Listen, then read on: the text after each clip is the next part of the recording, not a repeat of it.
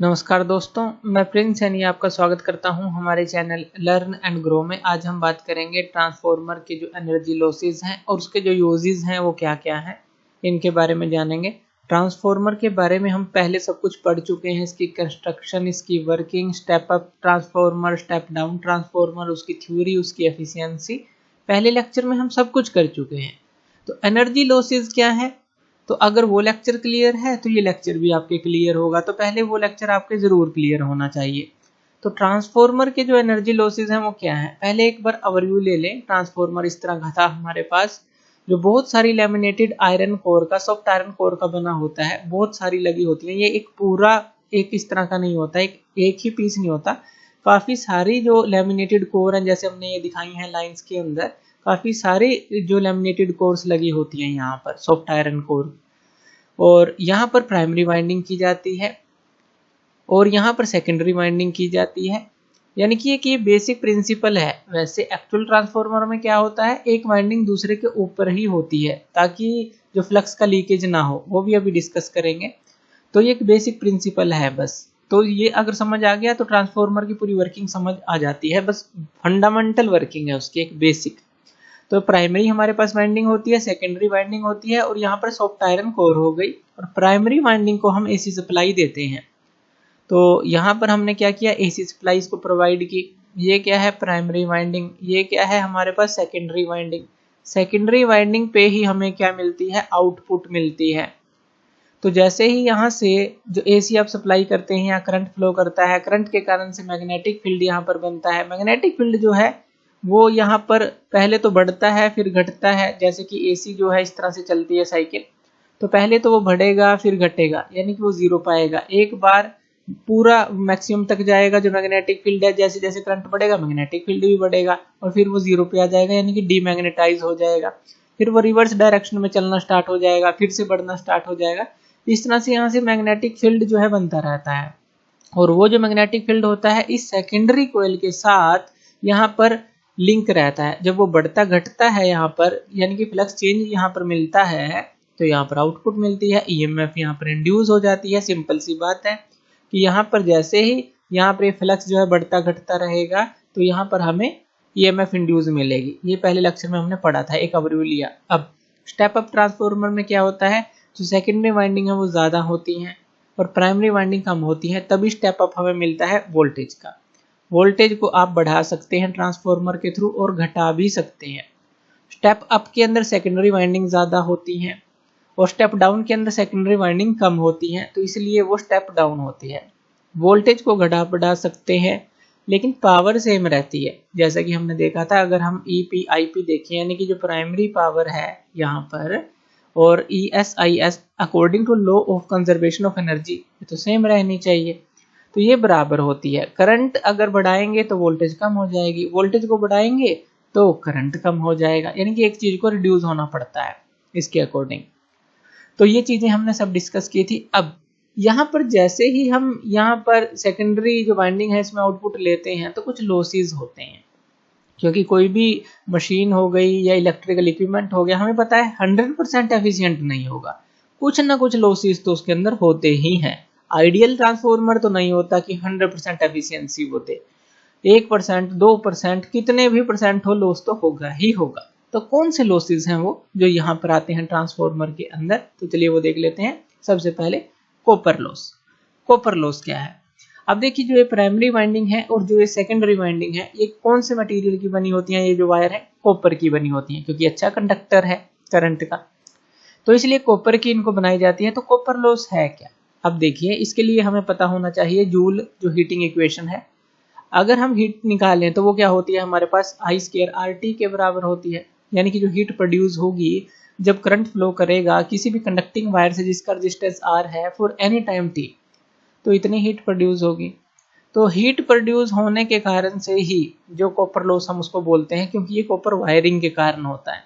अब कोई भी कंडक्टर ले लें आप, कितना ही अच्छा कंडक्टर ले लें आप, उसके अंदर रेजिस्टेंस तो होगा ही होगा। अगर करंट उसमें से पास करेगा उसको मिलेगा ही मिलेगा, यानी कि हीट प्रोड्यूस होगी ही होगी। अगर यहाँ पर हीट प्रोड्यूस होगी, यानी कि जो कुछ भी एनर्जी है हमारी लॉस तो हो रही है हीट की फॉर्म में, इसी को हम कॉपर लॉस बोल देते हैं, क्योंकि हम कॉपर वाइंडिंग की बात कर रहे हैं, उनके कारण से हो रही है। तो ये कॉपर लॉस जो है, energy loss in the form of heat in the copper coils, चाहे वो प्राइमरी हो चाहे वो सेकेंडरी हो, कोई भी मान लें या दोनों मान लें। This is due to the joule heating of conducting wire, इसके कारण से हो रही है कि कोई भी अगर करंट पास करेगा कंडक्टिंग वायर से तो उसको रेजिस्टेंस मिलेगा ही मिलेगा, रेजिस्टेंस मिलेगा तो हीट वहां पर प्रोड्यूस होगी ही होगी। तो जूल हीटिंग के कारण से ये होता है। इनको मिनिमाइज कैसे किया जा सकता है? इनको मिनिमाइज किया जा सकता है थिक वायर का यूज करके। अब जो रेजिस्टेंस होता है वो इन्वर्सली प्रोपोर्शनल एरिया के होता है, यानी कि जितनी पतली वायर होगी उसका रेजिस्टेंस उतना ज़्यादा, जितनी थिक वायर होगी उसका जो रेजिस्टेंस है उतना कम। इसको आप ऐसे समझ सकते हैं, एक छोटा सा पाइप लिया आपने, उसके अंदर से पानी को निकाला आपने, आप वाटर ले रहे हैं एज एन एग्जांपल, और एक बड़ा पाइप लिया इस तरह से, और उसके अंदर से भी इतनी मात्रा का पानी ले रहे हैं, यहाँ पर भी वाटर ले रहे हैं। तो किस में रेजिस्टेंस मिलेगा ज़्यादा? जो छोटा पाइप है, जो कम थिक है। जो बड़ा पाइप है उसमें तो रेजिस्टेंस मिलेगा ही नहीं, क्योंकि काफ़ी ज़्यादा एरिया है पानी के गुजरने के लिए। वही चीज़ यहाँ पर है, करंट के केस में है। तो एज एन एग्जांपल इस तरह से समझ सकते हैं। तो कॉपर लॉस हमने समझा, और अगर आप थिक वायर यूज़ करते हैं तो कम कर सकते हैं इन लॉसेस को। अब थिक वायर यूज़ कहाँ पर करते हैं यह भी हमें पता होना चाहिए। देखिए, अगर स्टेप अप ट्रांसफॉर्मर है जहाँ पर वोल्टेज इंक्रीज हो रही है, इसका मतलब वहाँ पर करंट क्या होता है? डिक्रीज होता है। और स्टेप डाउन में वोल्टेज डिक्रीज है, यानी कि करंट जो है इंक्रीज होता है। हीटिंग इफेक्ट किसके कारण से है? करंट के स्केयर के कारण से, आई के स्केयर के कारण से है, यानी कि करंट बढ़ेगा तो हीट बढ़ेगी। अगर आप यहाँ पर वोल्टेज को इंक्रीज कर रहे हैं जहाँ पर करंट कम हो रहा है, तो वहाँ पर थिक वायर की इतनी जरूरत नहीं है, क्योंकि करंट वहाँ पर डिक्रीज कर रहे हैं आप, यानी कि स्टेप अप ट्रांसफॉर्मर में इतनी यहाँ पर सेकेंडरी कोयल जो है आपको थिक रखने की जरूरत नहीं, क्योंकि करंट कम है। वोल्टेज कितने भी ज्यादा हो वो उसको नुकसान नहीं पहुंचाएगी, करंट ज्यादा होगा तो नुकसान पहुंचाएगा, जैसे हमने इस रिलेशन से देखा आई स्क्वायर आर टी। अब यहाँ पर जो स्टेप डाउन है तो वहाँ वोल्टेज हम डाउन कर रहे हैं, यानी कि करंट इंक्रीज कर रहे हैं। करंट को इंक्रीज करेंगे यानी कि यहाँ पर हमें थिक वायर की आवश्यकता पड़ेगी, क्योंकि यहाँ लॉसेस ज़्यादा होंगे। तो ये भी जो बेसिक है, कुछ भी जो है इससे निकल सकता है, कॉपर लॉस से कुछ भी आप समझ सकते हैं, बस बेसिक क्लियर होना चाहिए। पहला लॉस तो हो गया copper loss. Second, iron loss. अब आयरन लॉस क्या है ये? अब कॉपर लॉस किसके कारण से था? कॉपर वायर्स के कारण से था, जो कॉपर की वाइंडिंग थी इनके कारण से था। आयरन लॉस आयरन के कारण से है बस। अब यहाँ पर देखिए, जो ये बीच में कोर हमने यूज की है ये सॉफ्ट आयरन कोर है, इसके कारण से भी लॉस होते हैं। तो energy loss in the form of heat in the iron core. अब इसके कारण से कैसे होते हैं? देखिए, जैसे ही आप प्राइमरी वाइंडिंग में एसी जो यहाँ पर सप्लाई करेंगे, मैग्नेटिक फील्ड बनेगा, मैग्नेटिक फ्लक्स सेकेंडरी कॉइल से लिंक होगा, घटेगा बढ़ेगा, तो यहाँ पर क्या होगा? यहाँ पर एडी करंट प्रोड्यूस हो जाएंगे आयरन कोर के अंदर। एडी करंट क्या होते हैं?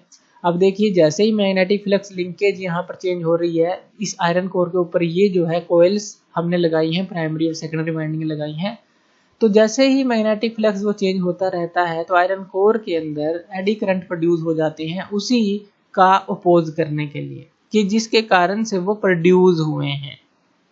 तो उनके भी एडी करंट प्रोड्यूस होंगे, एडी करंट से उनका भी मैग्नेटिक फील्ड प्रोड्यूस होगा, जो कि यहाँ पर प्रोड्यूसिंग मैग्नेटिक फील्ड का अपोज करेगा। और वो किसके कारण से हो रहा है? इस एसी के कारण से हो रहा है। तो यहाँ पर जैसे ही वो एडी करंट प्रोड्यूस होता है, एडी करंट का जो मेन जो रिजल्ट रहता है वो हीटिंग रहता है, तो वो हीट कर देते हैं सारी को। तो इसी हीटिंग से बचने के लिए हम क्या करते हैं?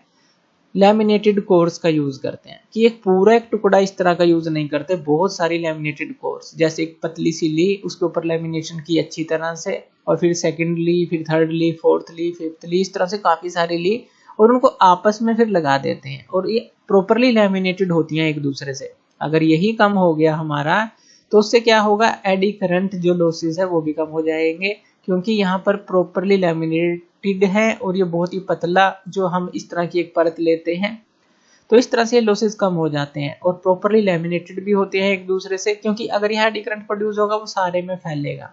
अगर यहाँ पर कहीं प्रोड्यूस हो भी जाता है तो एक दूसरे से दूर होने के कारण, यानी कि प्रॉपरली लैमिनेटेड होने के कारण एक ही के अंदर रहता है, और वो भी बहुत ही कम, क्योंकि बहुत ही पतली परत होती है ये। तो ये जो है हम मिनिमाइज कर सकते हैं लैमिनेटेड कोर्स को लेकर, इस तरह से लेकर उनको जोड़कर, सबको जोड़कर। तो ये होता है आयरन लॉस। नेक्स्ट ले लेते हैं लीकेज ऑफ मैग्नेटिक फ्लक्स। अब लीकेज ऑफ मैग्नेटिक फ्लक्स क्या है? अब देखिए यहाँ प्राइमरी वाइंडिंग है, यहाँ सेकेंडरी वाइंडिंग है। यहाँ से जो फ्लक्स जो क्रिएट हो रहा है, हम क्या मान रहे हैं कि जितना पर टर्न पे प्राइमरी फ्लक्स जो प्राइमरी वाइंडिंग है उसके साथ जो अटैच है मैग्नेटिक फ्लक्स, उतना ही सेकेंडरी पर टर्न जो है उसके साथ भी अटैच है सेम।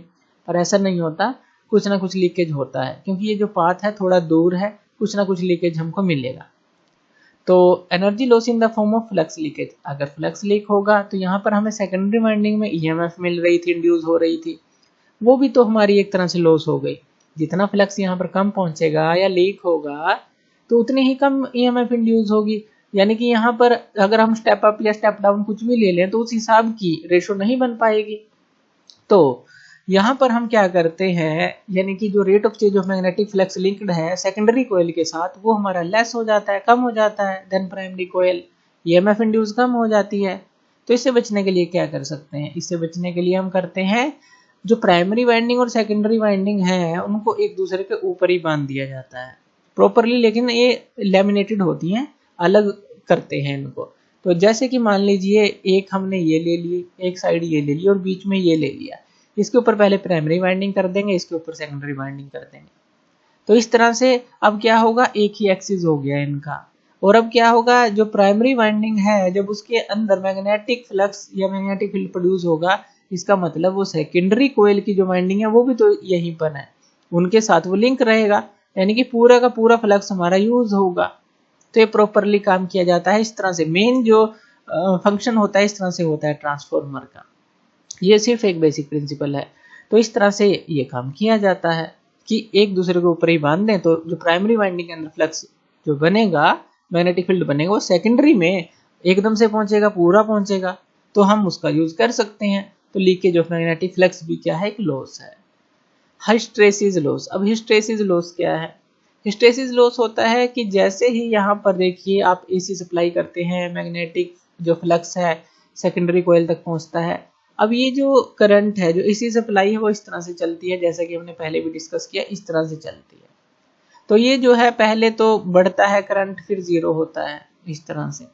तो यानी कि करंट बढ़ेगा तो मैग्नेटिक फील्ड बढ़ता है, वो जीरो होता है, यानी कि जीरो का मतलब वो डीमैग्नेटाइज हो जाती है ये जो आयरन कोर है। इसलिए हम इसको सॉफ्ट आयरन की भी रखते हैं, क्योंकि इस तरह का हमें मटेरियल चाहिए होता है कि जो फटाफट से काम कर सके मैग्नेटाइज डीमैग्नेटाइज होने का, ज़्यादा एनर्जी लॉस ना हो वहाँ पर उसको मैग्नेटाइज या डीमैग्नेटाइज करने के लिए। तो उसके हिसाब से इस सॉफ्ट आयरन कोर को ही चूज किया जाता है। फिर यहाँ पर ये रिवर्स हो जाता है, यानी कि यहाँ हो क्या रहा है, पहले तो ये मैग्नेटाइज होगा, फिर डीमैग्नेटाइज होगा, फिर से रिवर्स डायरेक्शन में मैग्नेटाइज होगा, इस तरह से। तो यहाँ पर जो हिस्टैरिसीस लॉस है इसी के कारण से होता है, energy loss due to repeated magnetization and demagnetization of the iron core. क्योंकि यहाँ पर जो है एनर्जी लॉस होती है इस तरह से करने में, इस मटेरियल के कारण, जिस मटेरियल को हम कर रहे हैं। तो इसलिए हम मटेरियल को ऐसा चूज करते हैं कि मैग्नेटिक मटेरियल इस तरह का चूज करते हैं जिसका लो हिस्टैरिसीस लॉस हो, कि इसको मैग्नेटाइज और डीमैग्नेटाइज करने में इतनी एनर्जी लॉस ना हो, लेकिन फिर भी कुछ ना कुछ होती है। तो सॉफ्ट आयरन कोर का लेकिन यहाँ पर अच्छा मटेरियल माना जाता है, इसीलिए इसका यूज किया जाता है। तो ये हिस्टैरिसीस लॉस होता है।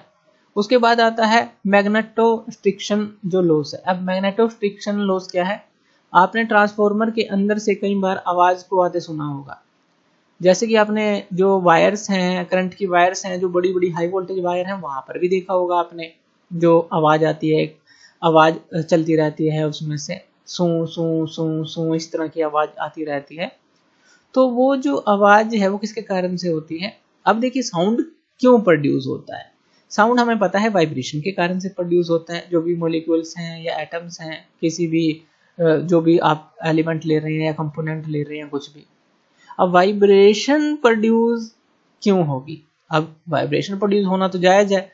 अगर आप किसी चीज को एनर्जी दे देते हैं, सिंपल सी बात, किसी चीज को एनर्जी आपने दे दी, जैसे यहाँ पर हाइयर वोल्टेज देंगे आप, मान लीजिए कि आप स्टेप डाउन ट्रांसफार्मर का यूज कर रहे हैं, तो हाइयर वोल्टेज आप यहाँ पर देंगे, जैसे कि जहाँ पर जनरेशन होता है इलेक्ट्रिसिटी का, वहां पर स्टेप अप ट्रांसफार्मर जो होते हैं हमारे, क्योंकि उनको जो है आगे ट्रांसफर करना है हमें बहुत दूर दूर तक, वो आगे बहुत सारे ट्रांसफार्मर यूज करते रहते हैं आगे चलते चलते, और वो स्टेप डाउन करते रहते हैं उस वोल्टेज को।